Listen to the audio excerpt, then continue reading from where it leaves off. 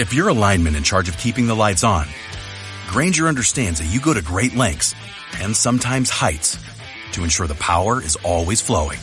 Which is why you can count on Grainger for professional-grade products and next-day delivery. So you have everything you need to get the job done. Call 1-800-GRAINGER, click Grainger.com, or just stop by. Grainger, for the ones who get it done. Una producció de Factoria Corman.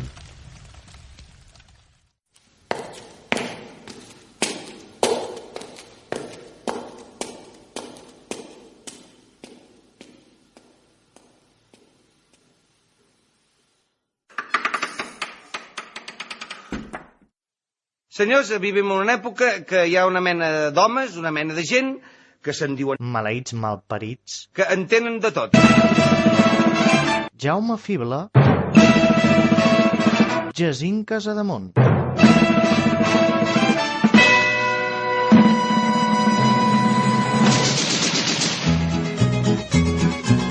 Quiero la noche de amor. Dame tu mundo, dame tu mundo para mí. Bon dia, Jaume. Bon dia, Jacint. Ara, bon dia, Sí. què tal? Bé, ja veus, feliç de sentir-te un dia més. Jo també, amb aquesta veu rogallosa que em portes avui. Una mica. No em trobo molt bé. Estic tapat amb unes mantetes. Ai, quina escena més de tristor. És que és el que té ser un cantant d'èxit, que t'acabes destrossant la veu de tants de concerts. Ah, sí? On t'has actuat últimament? A la festa d'aniversari d'un amic. Ah, vale. Sí, no, de moment només allà. Bé, avui necessitem la teva veu, no cal que cantis, perquè ja estem al programa 4 de la primera temporada. Bravo! Ah, he d'aplaudir? Hem arribat, amics, hem arribat al quart programa ja, com sense voler. I tothom esperant-ho amb candeletes. Sí, comentar que ho hem patat molt amb l'últim programa. Molt? Molt. Milers de visites? Centenars? Centenars, sí. Centenars? Milers ja ho veig més complicat. Un centenar. Un centenar i una mica més. Ostres, tu. Un moment. I res, primer de tot, si em permet, Jaume, voldria donar les gràcies a companys a podcast que ens han recomanat. Pobres d'ells, no saben el que es fan. Qui són? Primer de tot tenim el microondes. Un podcast de cuina. Exacte. Segur que I qui més? d'això. I després Mossega la poma. Un altre podcast de cuina, no? Sí, es veu que al món culinari tenim molts afans. Està bé. És bonic veure que, sense parlar de receptes culinàries, ja veuen que destaquem també en això. Sí, som molt de menjar nosaltres. Sí. No direm el què, que pot sonar fatal, però... No, l'última vegada volies anar al Kentucky Fried Chicken. Sí, ja veus, soc molt sibarita, jo, amb els gustos. Sí. I què més? Doncs abans de començar el programa en si, si et sembla, fem la secció que a tu més t'agrada. Sí. A les maneres de contactar amb nosaltres. Sí. Tenim un fantàstic email que era podcast... com era? maleïtsmalparitspodcast@gmail.com. Exacte, si l'has clavat, si quan vols, ets bo. Veus? Sí, encara em queda una mica de memòria. Després teníem la pàgina web, que era maleïtsmalparits. Ai, com era aquesta? Aquesta sí que no me'n recordo. maleïtsmalparits.blogspot.com. Ah, .es també? Això sembla que hi havia un punt. Sempre tenim la discussió. T'apareix sol. Si marques funciona com, també, és igual, te'l pots estalviar. Després hi havia, què més hi havia? Al Facebook, tenim Facebook Maleïts Malparits. Ens trobeu de seguida. I el Twitter Maleït Malparit. Així, amb singular, oi? Sí, i amb una arroba davant per fer-ho més fàcil per trobar. Sí. I has dit això. Bueno, i recordar que ens podeu trobar a iVoox i a iTunes. Sí, i on més, ja està, ja parem, no? Ja està, sí. Bueno, algun top manta em sembla que apareixem, però no vull comentar això, queda molt lleig. Sí, jo ara mateix precisament estic envoltat de top mantes. ben abrigadet. O manta sense CDs ni DVDs pirates. No, tinc aquí sobre el meu iPad trencat i res més. Sí, per DVDs no serà en aquesta casa. Un dia m'has de convidar a casa teu, per cert. És una obligació que tens amb mi. Em fa una mica de por, però si no hi ha més remei. Per què? Què penses que et faré? No ho sé, et veig tan sensual. Ja, això m'ho diuen totes. Sí. Bé, deixem la sensualitat de banda, que ja ho vam fer a l'anterior programa. Una part de parlar de nenes Disney, vam parlar de l'Hospitalet i traiem tema per aquest programa. Saps quin és? T'has llegit el guió? Comencem per aquí. Has dit que parlaries de sèries de planxar. Sí, sèries per planxar. Jo discrepo una mica d'aquest concepte, perquè si una sèrie no m'agrada, per posar-li atenció ja no la miro. O sí la miro, però no la miro. Però és com la ràdio. Hi ha vegades que fan programes que no t'interessen gaire i està bé per tenir-ho al fons mentre fas altres coses. Jo em poso videoclips. Videoclips? Sí. Si no vull estar atent a la televisió, em poso videoclip. D'algun canal en concret o...? Del RAC 105 o... Fantàstica, ja ficant temazos repetits en bucle fins que t'explota el puto cervell. No, o em poso la ràdio o l'Spotify, perquè també tinc l'Spotify Premium. Soc un tio modern. Ostres. I això va ser apoquinant o alguna promoció? No, pago i tot. Ah, ets tu, no? Sí. Ets tu l'únic que pagues en tot Espanya per tenir Spotify. Home, per 5 euros tens la versió de sobretaula, no està malament. No m'hi fico on fas les inversions. Sí. Bé, m'agradaria comentar d'on va sortir aquest concepte exacte, amb aquestes paraules, sèries per planxar, i va ser, per qui no ho sàpiga, vaig treballar durant molts anys al Mercadona, i va ser una companya de feina qui em va comentar que a ella li encantaven les sèries per planxar, i jo em vaig quedar molt sobtat, no entenia què volia dir. Dic, sèries per planxar? Jo tinc un problema, és que a casa meva ni planxem. O sigui, ja si comencem per aquí, la roba, un cop estesa, si la deixes ben estesa i que no s'arrugui mentre està estesa, quan la portes cap aquí cuidadosament la plegues i ja està, i apanyat, saps? Això és molt de solter, aquest concepte de si estens bé la roba... Ma mare sempre ho ha fet així, no es posa mai a planxar, per exemple. No ho feia mai. No dic que ho hagués de fer, tampoc. No. Les dones han de fer el que vulguin fer. No obligueu les dones a res, sisplau. No. I les mares menys. No, seria molt lleig obligar la teva mare a fer depèn de quines coses. Això ho hem de dir molt clar, amics? Res d'obligar les mares. No, i aquí no ens planxem la roba i ningú nota la diferència, jo crec, ningú ens diu, hosti, Jaume, que arrugat vas avui. No. Però les camises, per exemple, què? És que no porto mai camisa. Ah, vale. Sempre vaig amb samarretes o jerseis. Jo que em pensava que eres un lord, sí. Vaig amb samarretes amb dibuixets a l'estiu i jerseis a l'hivern. Potser hauré de... Quan maduri, intentaré no anar amb samarretes d'aquestes i portar camisa. Bé, ja veurem. Però si porto camisa serà fregona. Deixem la teva moda, Jaume, que estem parlant d'un altre tema, coi. Sí. Estem parlant de les sèries per planxar. Hem dit on surt el concepte, que va ser una companya de feina meva que em va comentar això i em va explicar que eren sèries per tenir a fons mentre fas coses per la casa. I si ho hem dit, per què ho tornes a dir? Perquè la gent s'ha perdut perquè has fet una explicació del teu pret-a-porter. Creia que era necessari fer un incís sobre el tema. Un incís, sí. Un monòleg, no. Monòlegs no, Jaume, monòlegs no. Bueno.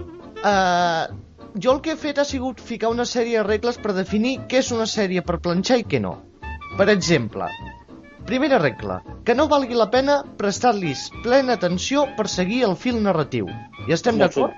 Això és subjectiu, Vols dir? O no? No sé. Bueno, clar, sí. Però vull dir, per exemple, una sèrie que necessiti seguir el fil narratiu, Homeland, per exemple, no entraria, perquè has d'estar molt pendent del que passa. Jo, com que no li faig cas, quan veig que alguna vegada ma mare ho mira, per mi jo penso, hosti, tots el dia totes són iguals, aquestes sèries, no? I dic, no, és una d'aquestes que jo consideraria per planxar, veus? Però mon germà, en canvi, està enganxat i li agrada molt. Una altra regla, a veure si també discrepes, és que tingui episodis autoconclusius. Mira, sí, clar, això seria un punt... Aleshores no t'interessa tant, Però també s'agraeixen les sèries que no tens que estar mirant tots els capítols per entendre-les, no? No sé ara quina, posaria d'exemple. L'Hotel Fawlty, mira, una de les meves preferides. Però aquesta jo li presto tota l'atenció possible. Bé, trobem una altra regla, a veure si acabem de definir-ho encara més. Que tingui molts capítols i a poder ser repetits. Que els faci moltes vegades, aleshores, clar, sí, com quan feien El príncep de Bel-Air a Antena 3, que no havia capítol que no l'haguessis vist 300 vegades. També passa amb els Simpson. Sí, que no sé, i mira que hi ha capítols dels Simpson perquè vagin a fer sempre els mateixos. Sí, sempre acabes mirant el mateix capítol. Hi ha 25 anys de Simpsons, crec que hi hauria com per no repetir durant bastant de temps, però mira. I l'última, crec jo, regla seria que siguin de misteri o acció.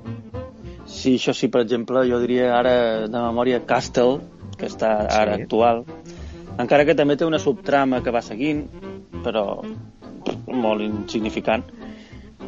I jo què sé, per mi el Mentalista també la posaria, perquè ma mare la mira i jo també la miro per sobre. Encara que té també una subtrama principal, no li veig això que hagis d'estar superpendent, no? Clar, ara vinc amb un repte. Quina diferència hi ha entre una sèrie nostàlgica com l'Equipo a una sèrie per planxar?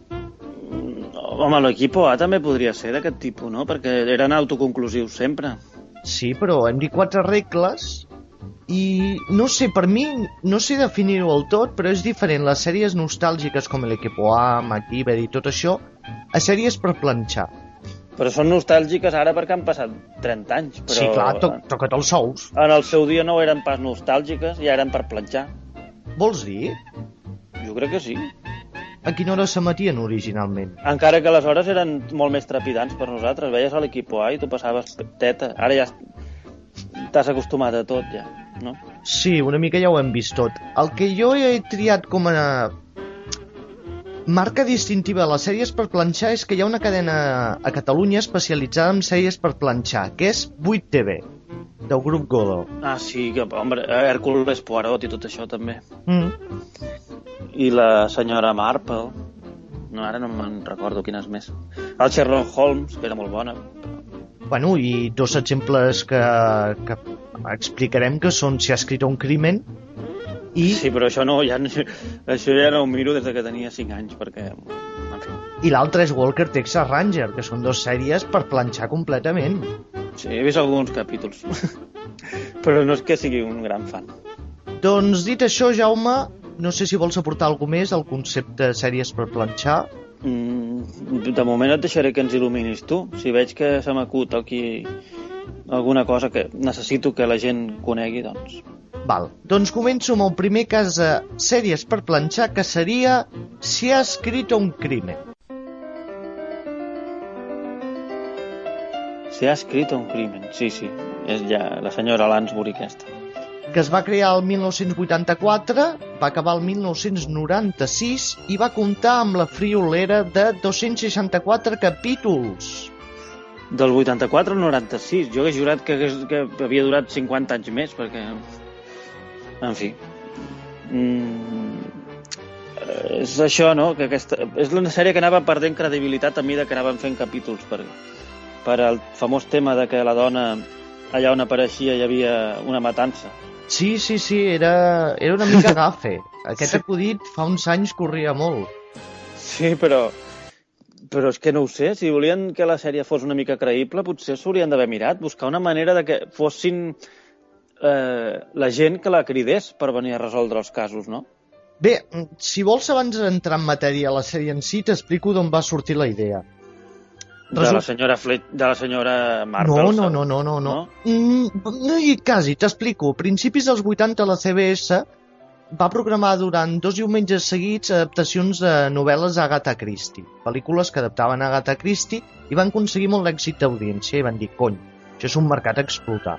I van encarregar a 2 creadors de sèries, Richard Levinson i William Link, que creessin una sèrie per ficar-la a aquell horari, els diumenges al vespre.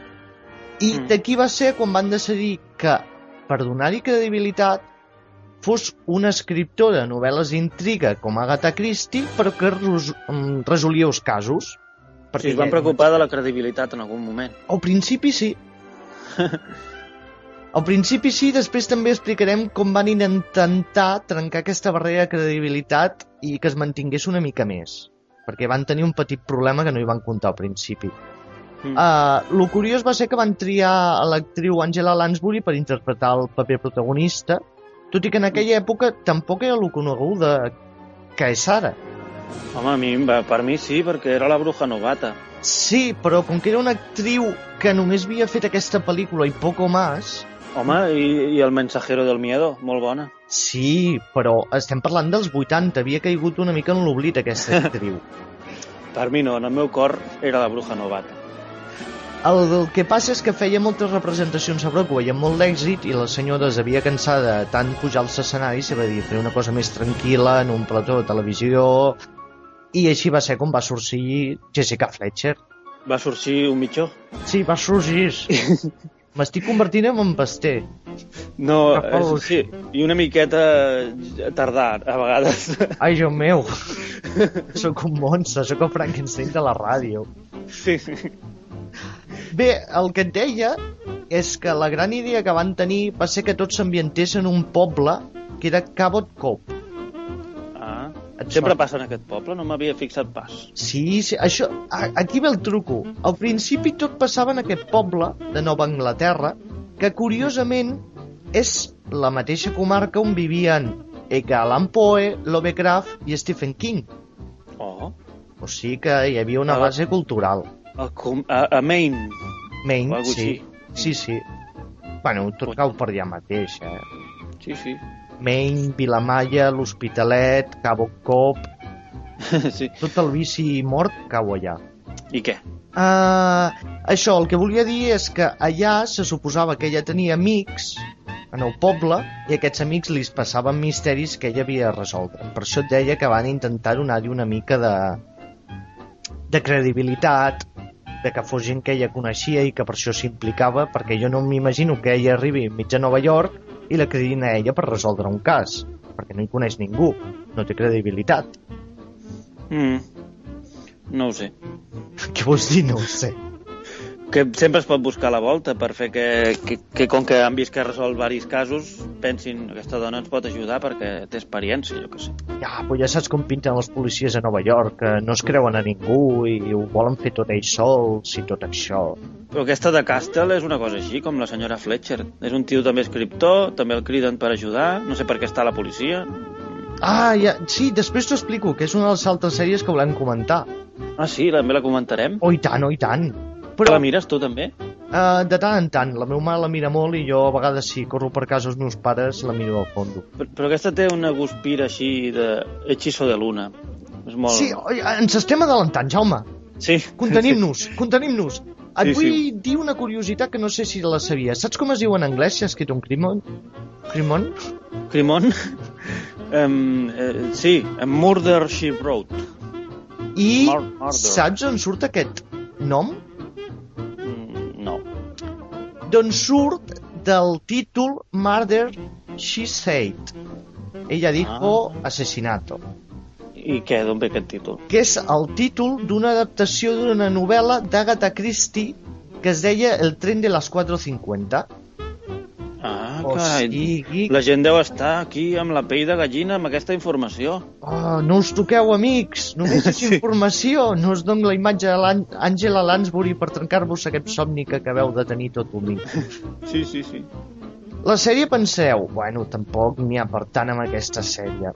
Voleu que us doni xifres del que va aconseguir aquesta sèrie? Sí, sento, donen xifres, sisplau. Segueix. Va arribar a tenir puntes de 33 milions d'espectadors. Va, 4 gats. I què tal? Home, després va guanyar 2 Globus d'Or. Oi, sona molt malament, això. Per què? 2 Globus d'Or. No, a Amèrica són coses que donen, premis que donen, no? Sí, el va guanyar per ser el millor drama. Angela Lansbury en va guanyar 4 com a millor actriu i entre Globus d'Or i Emmys va aconseguir arribar a tenir 22 nominacions. Jo vaig llegir que al final de la sèrie ja se'n fotien de la pobra dona, l'equip de rodatge. Home, jo una curiositat que sé que no m'he apuntat és que quan ja portava unes quantes temporades ella era productora executiva de la sèrie. Clar, devia estar en plan jefa passada, no? Bueno, ara el que et diré és una mica que t'arribarà al cor perquè sé que ets una persona sensible. Resulta que el seu fill era drogadicte i el va ficar dins l'equip de rodatge per intentar tenir-lo controlat i que es distregués i no caigués en aquest món del vici tan depravat. I el nano es va recuperar i va començar a fer coses dins l'equip i va ser un dels membres més importants cap al final de la sèrie.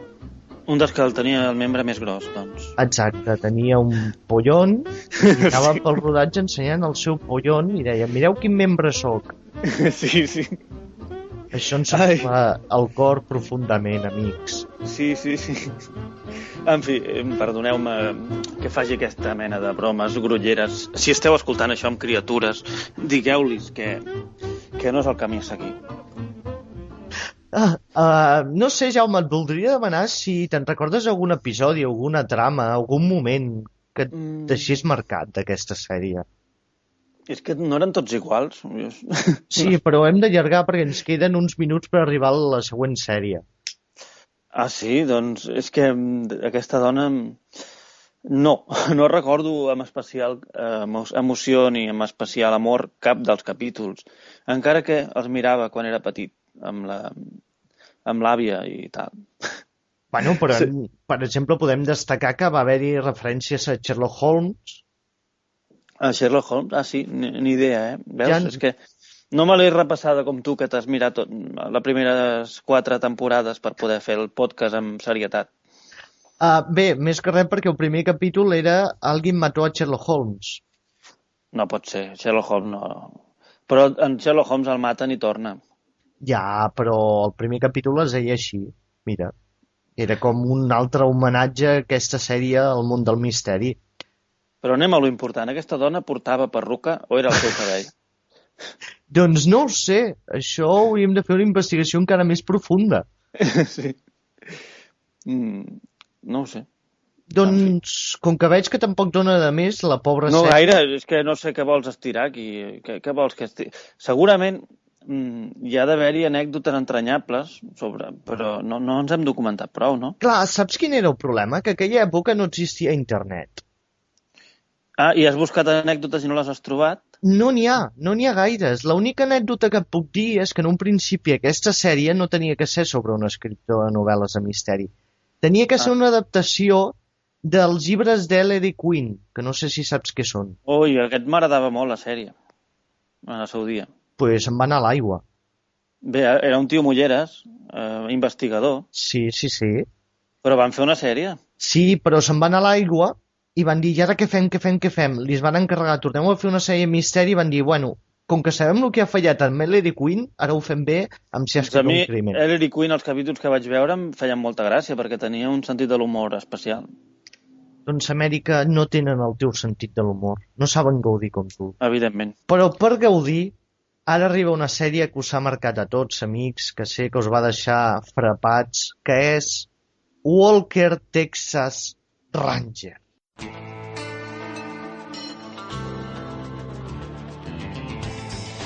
Veus, és el problema, que són sèries que a mi no a part de la cançó del principi, no era aquella de Hey Baby, què passó? Això sí m'agradava. No, doncs resulta que aquesta cançó era la que ficaven per fer els anuncis. Ah, era només la de l'anunci, ja em semblava a mi. L'únic bo que tenia la sèrie ho utilitzaven a l'anunci. Oh, sí. Clar, perquè la sèrie devia tenir una música estil Equipo A, no? Ara mateix tu no la sents, però sona de fons. I és rotllo country. Però sense cantar amb veu alegre. És que ara diré una cosa que potser la gent m'odiarà, no? Però jo és que a mi el Chuck Norris mai m'ha agradat gaire. Ai, meu! Primer ens fiquem amb l'Hospitalet i ara amb l'afecció Chuck Norris. Sí, no, Chuck tu vols Norris... acabar viu? Allò, a la pel·li de Los Mercenarios, que a la segona surt en Chuck Norris, veig en Chuck Norris aparèixer allà, veig un home gran, ja amb aspecte malaltís. No me'l crec jo com a salvador de tots. Bueno. No ho sé, jo no m'agrada, no sé. Però ara et ficaré una mica catxundo perquè t'explicaré 4 dades que potser t'agraden molt. Començo.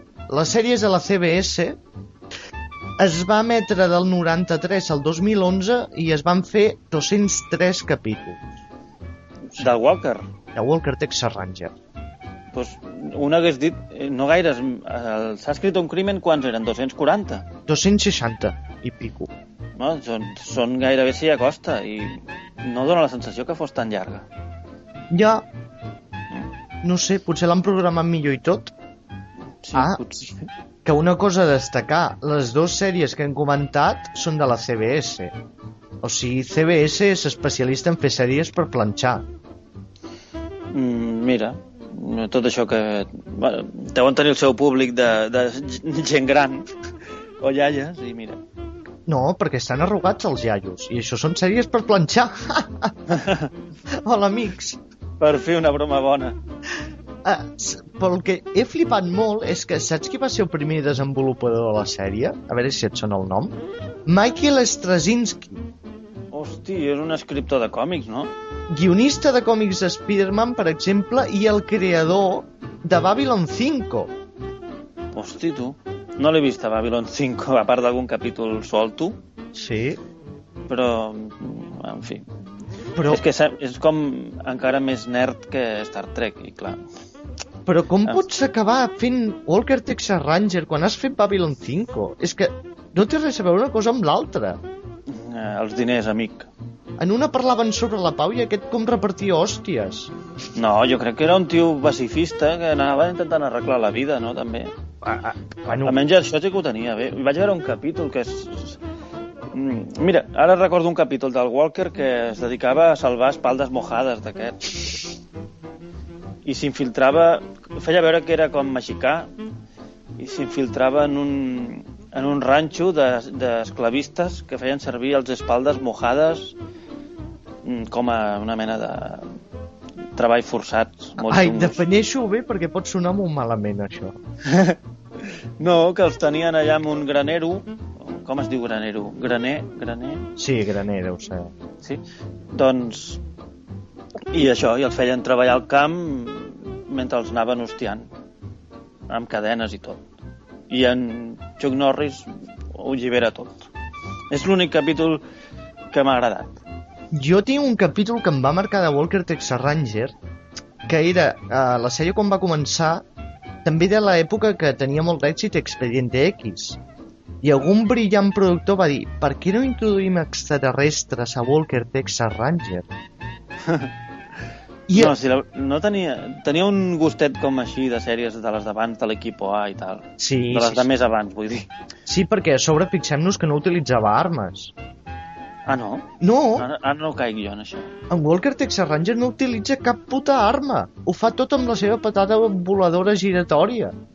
Ho resol tot així. I quan es va trobar amb els extraterrestres, va derrotar un grup de soldats que tenien segrestat l'extraterrestre a base de patades.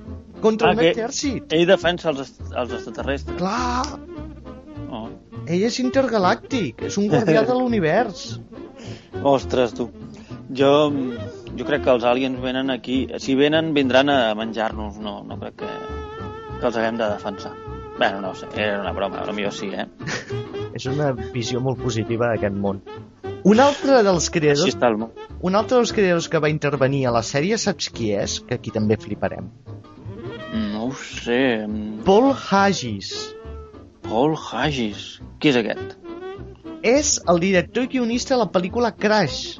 I va guanyar 2 Oscars a millor director i guionista per aquesta pel·li. Crash de David Cronenberg? No, l'altra, la dolenta. La dolenta, bé. En fi. I què? M'he d'impressionar? Un tio que té 2 Oscars i escriu Walker Texas Ranger. Són gent intel·ligent, que saben a quin públic es dirigeixen i que donarà quartos. Però, hòstia, a mi els conceptes em peten el cervell, Tantes coses.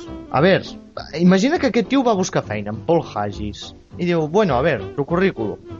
Joder, has ganado un Oscar mejor director, mejor guionista, y has escrito Walker Texas Ranger. Quantes feines hi han que aprofitin el potencial de la persona que contracten? Cap, potser? Això... Ui, aquesta visió pessimista, Jaume. No et deixis embargar pel A pessimisme. veure, jo mai he treballat en res que aprofiti ni un dels meus talents, fins ara. No ens A part de quan em vaig despullar en un anunci. Bé, fem una cosa, ja que estàs traient el tema a la llum, digues quins són els teus potencials, per si algú et vol contractar. Sex símbol, dibuixant de còmics, escriptor graciosíssim, Adonis, què més? Adonis i sex símbol he repetit ja. Sí. Músic, què més? Músic de prestigi, cantant, showman, actor... Hòstia, els de LinkedIn ja estan trucant, Jaume. Tranquil, tranquil. A LinkedIn precisament tinc un perfil fet en el que, en lloc de posar les feines serioses, he posat totes aquestes. Perquè també he treballat d'altres coses més mundanes, amics. I t'ha funcionat? Per sobreviure, però el meu cor s'arruga i es posa trist. Ai, quina visió. Sí, sí. Bé, recordem que la sèrie era Sean Walker de Texas, que era Chuck Norris, que anava acompanyat d'un negre simpàtic. I... Sí, com a Sillas de Montar Caliente, un cowboy negre. I que la seva jefa era molt bon veure, era una MILF completa, i que al final, a la vida real, es van casar, Walker Texas Ranger i aquesta senyoreta, i a la sèrie també. Ah, mira. Sí, donde mete el ojo, meto la patada, o algo així. Vaja. Doncs allò que... Jo no em casaria amb en Chuck Norris, amb aquella barba que té. Deu picar. Sí, la barba de Chuck Norris me deixaria un capítol sol. I a més és com pèl roig, no? Sí, que fan molta ràbia, però diuen que els pèls rojos són més intel·ligents. Ah, jo tinc alguns pèls rojos a la barba i a les patilles. Doncs ets una mica intel·ligent. Sí. El que també m'agradaria destacar és que quan va fer la sèrie, Chuck Norris era un personatge que ja estava una mica oblidat i de capa caiguda. Però gràcies a la sèrie va ressorgir amb força i s'ha convertit en un mite pop com és actualment, que tothom fa bromes amb Chuck Norris. Va ser per la sèrie? Sí, va rellançar-li la carrera. Ja aquella època feia telefilms de policies amb gossos policies, coses d'aquestes que no... Mira, ara m'has fet pensar en els vigilantes de la playa, no sé per què. Aquesta també la tocarem? Dreta llei no, si ens sobra temps, sí. Vaja, una bona que hi ha i no la vols tocar. Ja, ai, és que tot sona molt malament al teu costat. Una bona que hi ha i no la vols tocar. El que voldria fer per demostrar que s'ha convertit en un mite pop és comentar alguna de les frases aquelles mítiques de lo fort i poderós que és Chuck Norris, si et sembla bé. Sí, bé, mai m'han fet gràcia aquestes frases, però bé. Bé, provarem. A veure si aconsegueixo despertar un somriure. Ho intentarem. Comencem. Las lágrimas de Chuck Norris curan el cáncer. Es una pena que no haya llorado nunca. Bé, està. Hòstia, desagradable. Vale. Chuck Norris no duerme. Espera. Bueno. Chuck Norris ha demandado la NBC alegando que ley y orden son marcas registradas para sus piernas derecha e izquierda. Mare de Déu. La principal exportación de Chuck Norris es el dolor. Aquesta em fa bastanta gràcia. No em fa gràcia. I a sobre, has vist el programa aquest a l'Hormiguero, que agafen les frases del Chuck Norris i les apliquen... A l'Hombre Negro. És molt trist. És horrible, eh? Vull dir, és com si per dir-los oigan, que estas frases són del Chuck Norris, eh? Però és que es creuen simpàtics, l'Hormiguero, és el problema que tenen. S'ho creuen i tot, que són bons. A vegades fan una ràbia que... A vegades? Sí, gairebé sempre, però... Després, Chuck Norris no caza, porque las palabras caza implica la probabilidad de fracasar. Chuck Norris sale a matar. Ole. La palabra caza implica la possibilitat de fracassar? D'on han tret això? Home, sí, cazar, tu surts a caçar, però no saps si caçaràs. No ho sé. No ho veig tan clar. No veig que el diccionari digui això, Ai, són frases de broma, Jaume, no li busquis filosofia ni realitat. Abans de llançar una frase de broma no està de més documentar-se. Gràcies, Jaume, per criticar que faig el guió sense documentar-me. No, a tu, el que va crear la frase. Ah, vale. Y un altre que m'agrada bastant, que té força història americana darrere, de adolescente Chuck Norris dejó embarazadas a todas las enfermeras de un convento perdido en las colinas de la Toscana. 9 meses después, las enfermeras dieron a luz a los Miami Dolphins de 1972, el único equipo imbatido en la historia del fútbol americano profesional. Hosti, mira que hi ha bromes dolentes, però aquesta crec que podríem donar-li un Òscar. Sí. I ja per últim... Chuck Norris no estaria gens d'acord amb aquesta frase perquè és un home religiós i de dreta, ultradreta, vaja. Sí, altra cosa no, però de dretes ho és. Sí. Y ya por último, Chuck Norris ha contado hasta el número infinito 2 veces. Mira, i ell s'ho pren bé, aquestes bromes? Li fan gràcia? No ho sé. No sap, jo sí el vaig veure una vegada en un programa que li anaven llegint les frases i ell reia. A sobre del Sí, feia. com una foca. No ho sé. Descartat Chuck Norris, anem per un sector més femení, que seria la sèrie Xena. Xena, de 1995 a 2001, 134 capítols pels canals sindicats, que seria la xarxa de televisions locals de Catalunya, per dir-ho d'alguna manera. Què en recordes, Jaume? Són canals gratuïts? Sí, d'aquests Good Morning Massachusetts i coses així. I molta teletienda. Doncs de Xena recordo que era això, una morenassa, rotunda, catxes i guapa, dintre... malgrat imposar una mica, oi? Sí, a mi em faria cosa tenir cap contacte amb ella, Em fa quasi més por que Chuck Norris, la veritat. Home, sí, però com que el món és tan masclista, en lloc de fer aquestes frases sobre la Xena, es fan sobre el Chuck Norris, que al seu costat és un nyicris. També tens raó. Sí. Després, saps on surt Xena? De quina sèrie és un spin-off?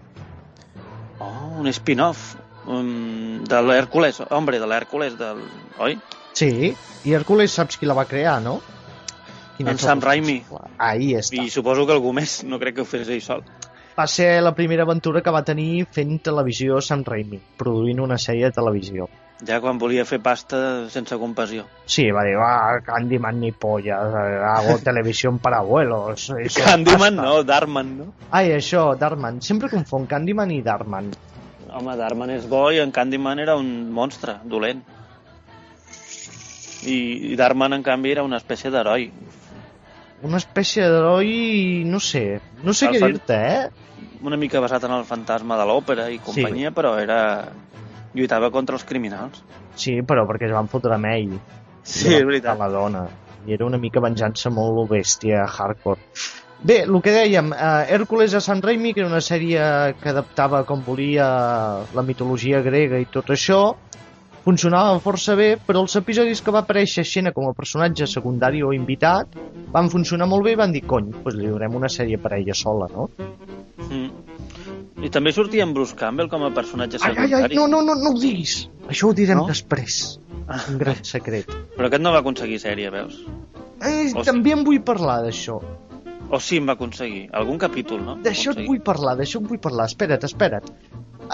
Van fer una sèrie de Xena, però el problema que tenien és que Xena era un personatge dolent. Com li dones una sèrie a un personatge que sigui dolent? Doncs fas que s'arrepenteixi els seus pecats i tingui que fer un camí de redenció. Que se'n penedeix? Sí. Com?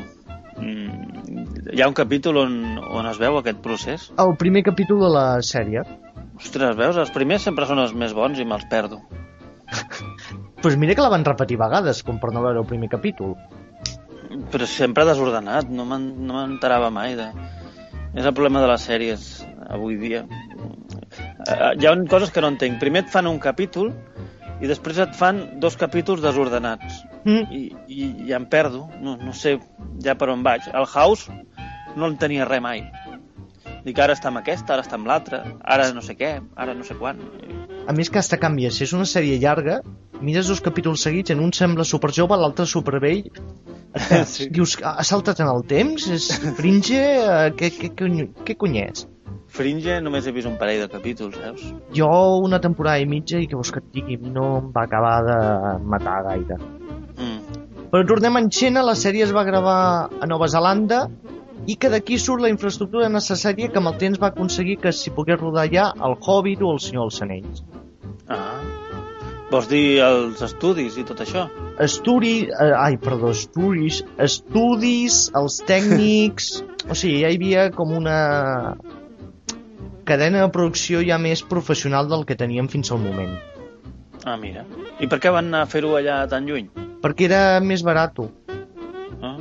Simplement.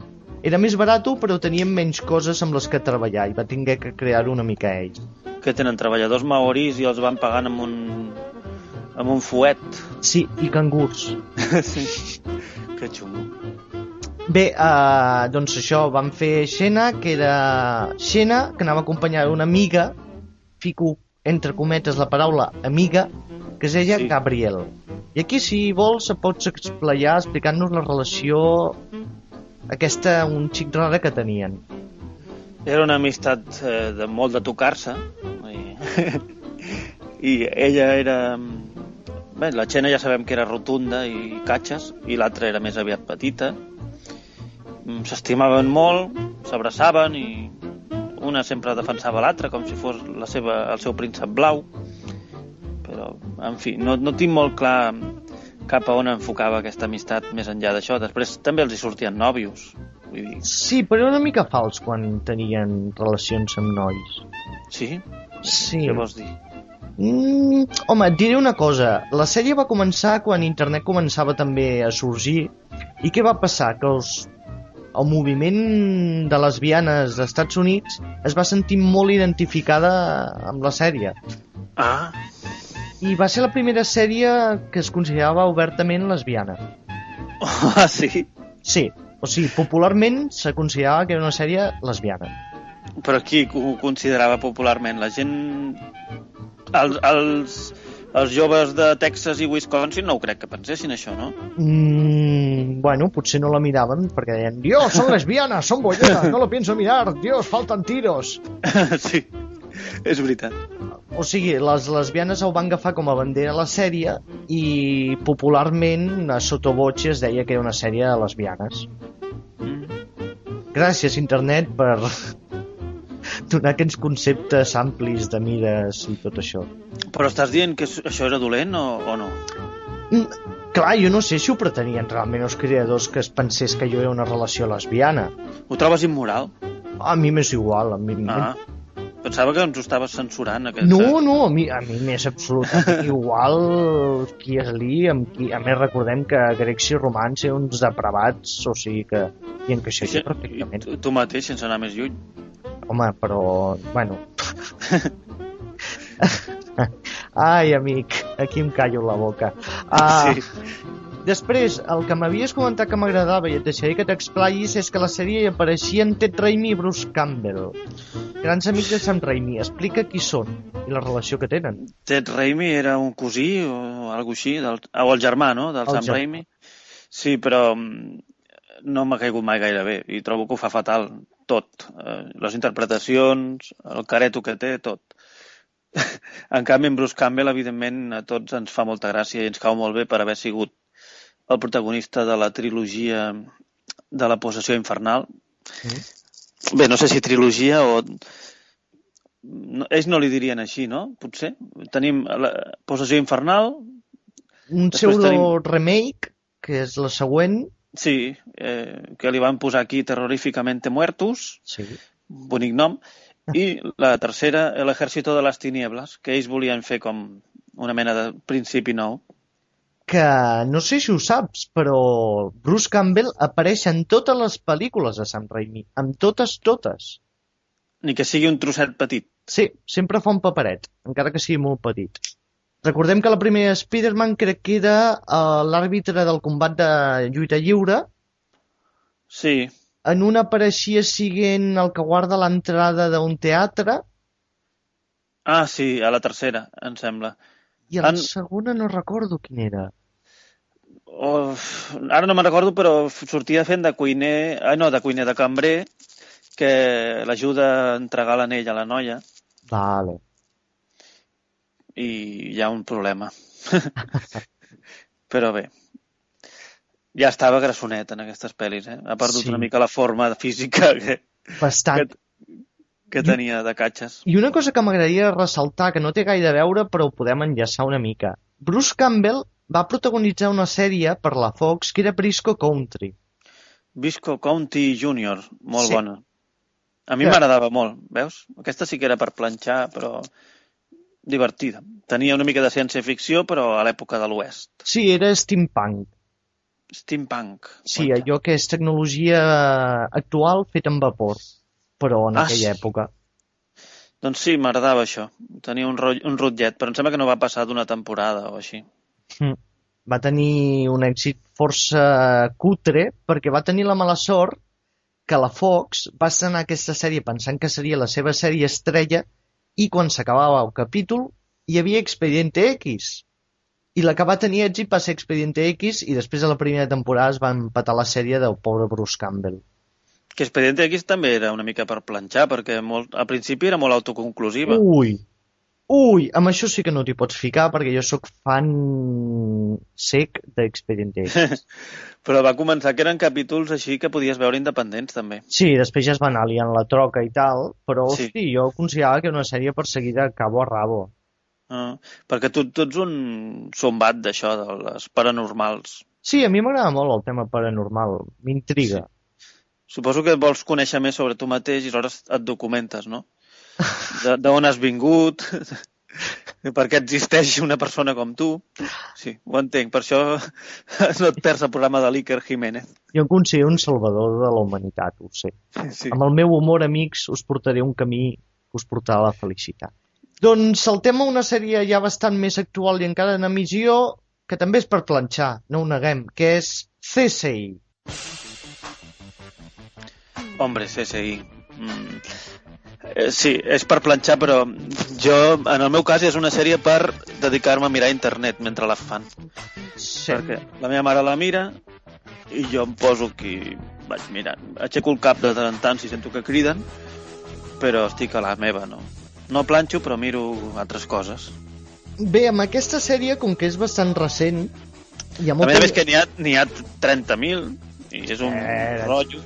Ja, home, espera't. La sèrie, comencem pel principi, s'inicia l'any 2000 i, curiosament, també a la CBS. Ai. Què? Cony, CBS és la mateixa que va fer Walker Texas Ranger. S'ha escrit un crimen, o sigui... Però aquesta té una miqueta de millor factura, no? Està més polida la imatge. Sí, primer de tot voldria explicar d'on surt la sèrie, que no sé si ho saps. No, ni puta idea. El seu creador és Anthony E. Zucker. I saps a què es dedicava aquest senyor abans d'escriure CSI Las Vegas? Feia llamades? No, portava un dels tramvies que recorre tot el dia Las Vegas. Era conductor de tramvia. I com va acabar fent pel·lícules? Sèries? Resulta que ell sempre havia volgut escriure, tot i que mai havia escrit res, i quan va arribar una nit a casa va mirar per la tele un documental que parlava dels CSI, dels forenses del lloc de l'escena del crim. I li va agradar molt i va dir, cony, aquí n'hi ha per fer una sèrie, una pel·lícula o alguna cosa. I va començar a escriure però no li acabava de sortir, no tenia prou informació i va anar amb CSI reals per informar-se de com passen les coses, com investiguen, què utilitzen, i va escriure el guió. O sigui, si jo vaig a una comissaria de policia dient que sóc un escriptor i que vull veure com treballen els seus forenses, em deixaran passar? Sí. A Estats Units, sí. A Estats Units, sí. Molt bé, doncs ho intentarem un dia, a veure, amb algun altre sector, perquè a mi això dels forenses no... Sí, el que et volia comentar és que el guió el va rebutjar tothom, fins que hi va caure Jerry Bruckheimer, que no sé si et sona el nom, és el productor de La Roca, Dos Policías Rebeldes... Sí. Un visionari. Sí. I va dir que volia fer el salt a la televisió i va dir que aquest era el projecte ideal per portar-lo a la televisió. El va començar a moure entre cadenes, entre elles l'ABC. Però com va acabar aquest home conductor de tramvia coneixent en Jerry Bruckheimer? No el va conèixer, va enviar el guió a totes les productores, a tots els productors, productores. I quan envies un guió a tanta gent no hi ha perill que te'l copiïn? Sí, però als Estats Units són molt nets en aquests casos. Sí? Aquí no, no? Aquí no, aquí te la roben indiscriminadament. I conec un parell de casos de gent que conec molt propers. Sí, jo també he sentit alguna cosa. Però bé, a Amèrica són més nets amb aquests temes. I Rem Bruckheimer va portar el guió per produir-lo a les cadenes ABC, NBC i la Fox, i totes la van rebutjar, la sèrie, perquè van dir que era molt gore. Home, sí, és una de les sèries que ens ha acostumat més a veure bestieses mentre sopem. Sí, la veritat és que bastant. Sí. Però al final... Després ja ha sortit Bons i tot això, que un munt de sèries semblants. Però sí. Crec que aquesta va ser precursora en això. El que a mi m'agradaria destacar és que, com que aquest tio venia al cinema, s'ho va prendre molt en sèrio, això de fer una sèrie, i la qualitat de fotografia, direcció, efectes especials, va fer saltar el nivell considerablement a la televisió americana. Sí, potser podríem comparar-la amb Corrupció en Miami en aquest sentit, en el seu moment, no? Sí, donar un pas endavant molt marcat i que s'extengués com a cosa ja més comuna uns anys després. Sí, perquè ara ja totes són així mig pel·lícula.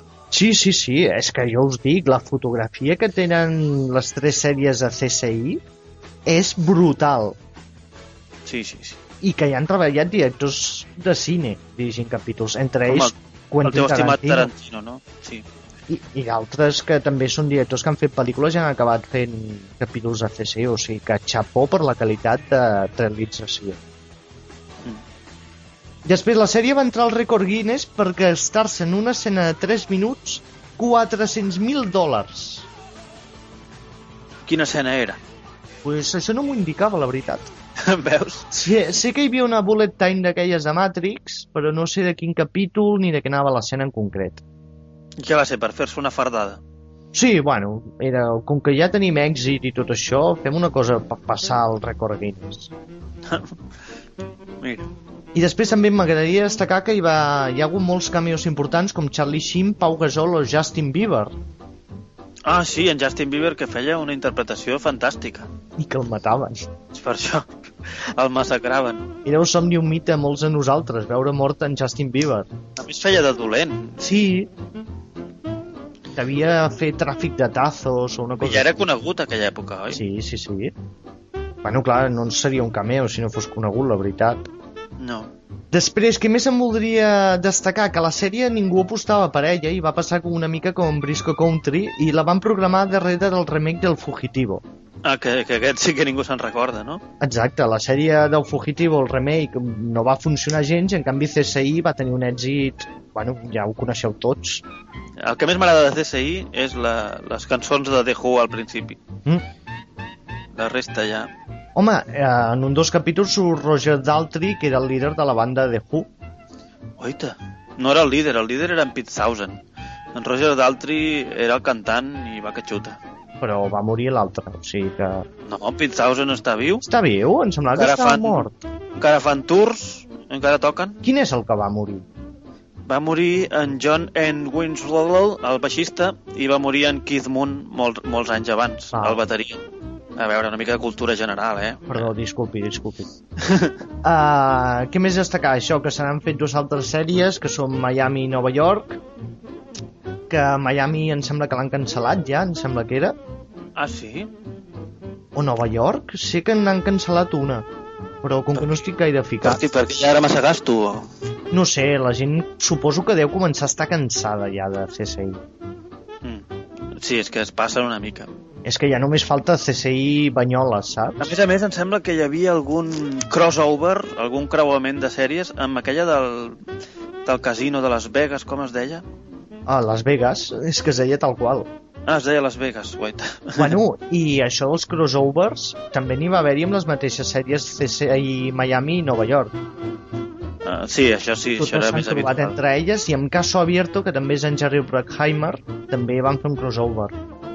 M'encanten a mi els crossovers, encara que en aquest cas els personatges me la suen una mica, però quan ho feien per exemple, amb l'Equipo A, que em sembla que ho van fer en alguna ocasió... Amb qui? Hosti, no me'n recordo, però sé que l'Equipo A es barrejava amb una altra sèrie una vegada. A part d'haver-se barrejat amb en Boy George, que també va ser espectacular. Sí. Però sí que hi havia un capítol de l'Equipo A que ara no caic i es barrejaven amb una altra sèrie. MacGyver? Podria ser, però no m'atreviria a posar-hi el membre al foc. No ho facis mai, encara que estiguis segur, eh? A veure si algú ens il·lumina. I ja per últim, ataquem l'última sèrie que la vas proposar tu, que és Castle,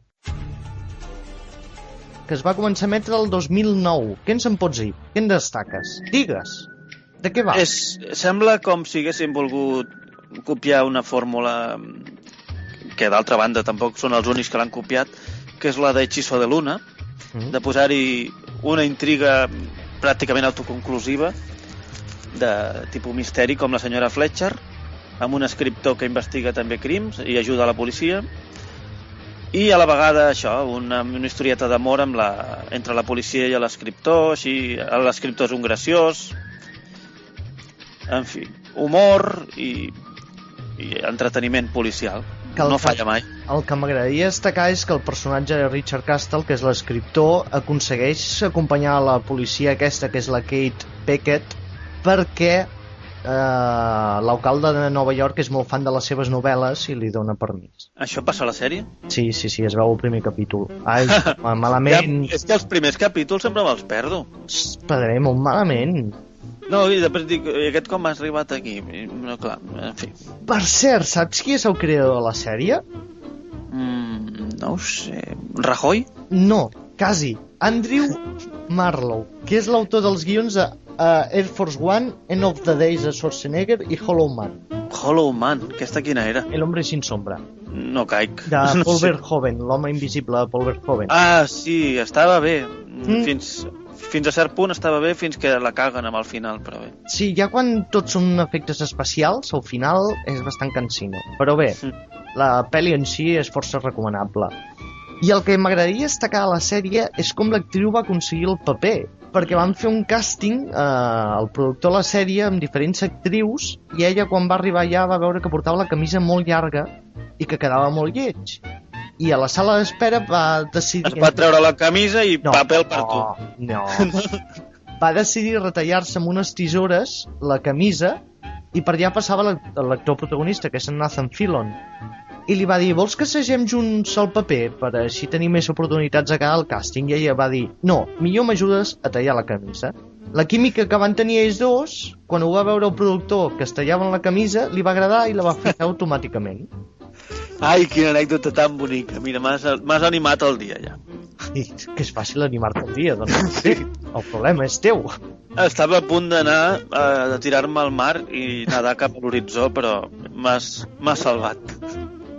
El que també vull comentar és que s'han publicat diverses novel·les fent veure que era el mateix personatge de la sèrie, en Richard Castle, i que han tingut molt d'èxit. Que no existia abans com a novel·la. Abans ha sigut a partir de la sèrie. O sigui, no existien novel·les i han agafat el personatge de la novel·la, que és un escriptor d'èxit, i han començat a publicar novel·les fent veure que les escrivia aquest autor d'èxit. I qui les escriu realment? Diuen que és el seu creador. El negre de l'Anna Rosa. Pues por ahí, Sí. Però és un cas curiós de màrqueting, no? Fer veure que el personatge és real i escriu novel·les, com fa la sèrie. És bonic. Sí, és una gran manera de donar més vida a la sèrie. Doncs bé, hem parlat d'un tema molt interessant, però necessitem una mica un final espectacular, i és per això que, com cada setmana, vull demanar que, com cantant de The Chuscos, ens escullis una cançó de The Chuscos per il·lustrar el tema, o acompanyar-lo, com a mínim. No m'havies previngut de que em faries aquesta jugarreta una vegada més. Sí que t'ho havia previngut escrivint-ho el guió. És veritat, però tu m'has enviat un guió. Vale, anem bé. Doncs, a veure, a tu s'ha t'acut alguna cançó dels Xuscos que encaixi amb aquest tema de sèries? Home, a mi com que hem parlat per últim de Castle i la relació aquesta de tensió sexual, teniu una cançó que parla de tensió sexual entre dos pallassos. I jo no l'hagués lligat mai amb el tema de les sèries. Doncs jo sí, per això de les tensions sexuals. És una mica rebuscat, però si tu vols... Doncs comenta una mica la cançó i ens despedim amb aquesta cançó. Doncs és una cançó que vam composar per ajudar...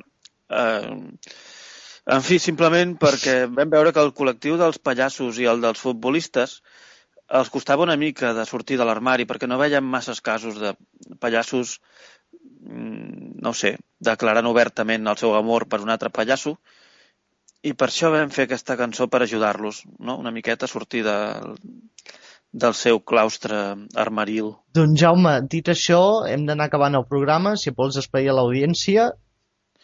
Sí, però em vull acomiadar perquè, si no, Òmnium Cultural ens tancarà el programa a qualsevol moment. Millor, com bé saps. Publicitat gratis. Per cert, que no he dit, la cançó es diu Clowns in the Closet. Doncs amb Clowns in the Closet us deixem fins la setmana que ve, amics. Escriviu-nos molt fort.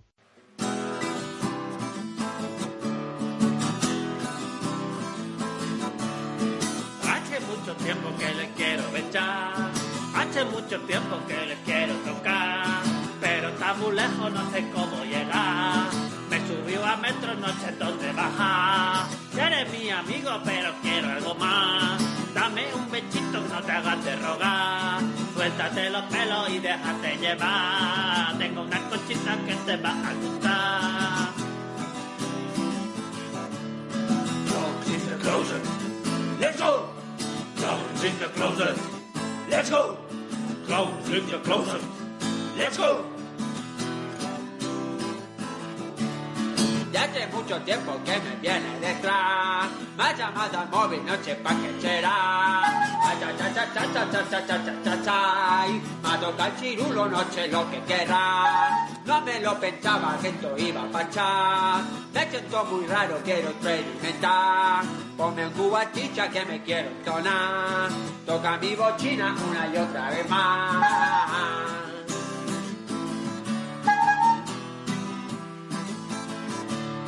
Clowns in the closet, let's go. Clowns in the closet, let's go. Clowns in the closet, let's go. Clowns in the closet, let's go. Clowns in the closet, let's go. Clowns in the closet, let's go. Clowns in the closet, let's go. Clowns in the closet, let's go. Clowns in the closet, let's go. Clowns in the closet. Let's go! Clowns in the closet! Let's go! Clowns in the closet! Let's go! Clowns in the closet! Let's go! Clowns in the closet! Let's go! Clowns in the closet! Let's go! Clowns in the closet! Let's go!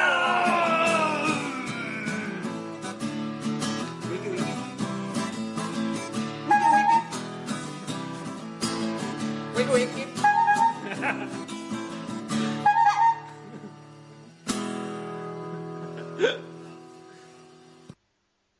Adéu, amics, gràcies per escoltar-nos i aguantar-nos. Una producció de Factoria Corman.